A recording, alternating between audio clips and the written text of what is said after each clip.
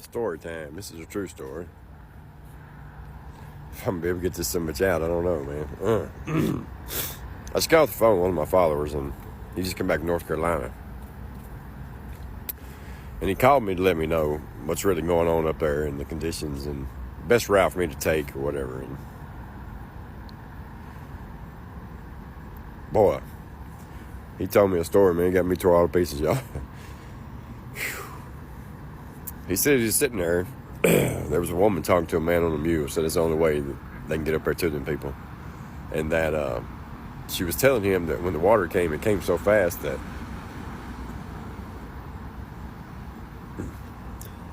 it swept her baby out of her arms. And that she was sure, man, that if he'd go up there and look, the baby would be right there by the house in the brush. So that man took right on off. About 4 hours he came back with that baby. That's the true story, what the people dealing with.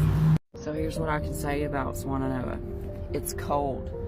Thick frost this morning. It's getting so cold, and there's so many people that still don't have power. There are a ton of people here volunteering, it seems like, anyway, from just what I seen briefly yesterday. Like, I delivered to some people that they hadn't left their house since this happened. Like, they still don't have power.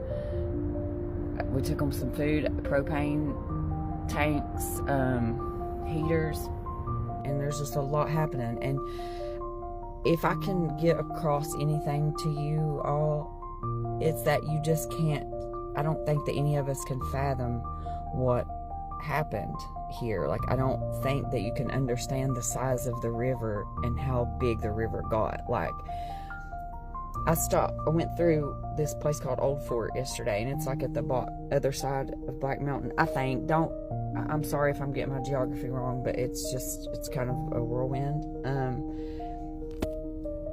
The size of the river going through it would have been like, I don't know, 15 to 20 feet wide, okay? Like, that's from what I saw. Like, you get into the town, you cross a little bridge, like most old towns, you know, you can see where the water has been.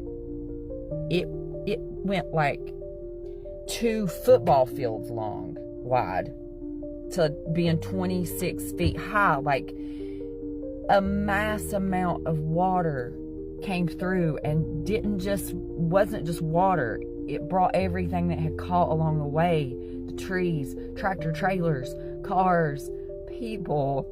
The earth moved.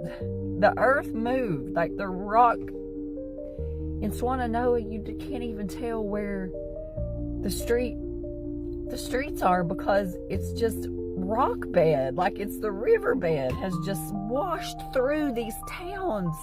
And like, while everybody's running around and trying to help, there's this underlying tone of like, what do we do? Like, what are we doing?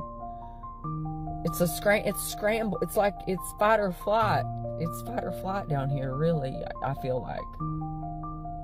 In a good way, in a all that we can do way. Like, it didn't seem like any major help here. I could be wrong about that. I could be wrong about that. This is all civilian people. This is all just... Also, I made a video yesterday, but I feel bad about, I don't know, I'm having mixed feelings about posting it. If you'll let me know what your input is on it. I don't want to be disrespectful. Like, I'm trying to bring awareness. Like, I want to spread awareness to let people know just how bad it is, so that you continue to donate to Cajun Navy and Samaritan's Purse.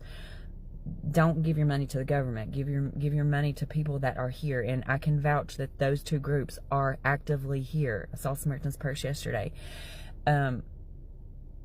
This area is going to have to continue to have money. They don't have any, the businesses aren't open. There's nothing open. There's no power. They don't have any way to have money coming in to rebuild their houses that are just washed away. They're no longer a house. It's just a pile of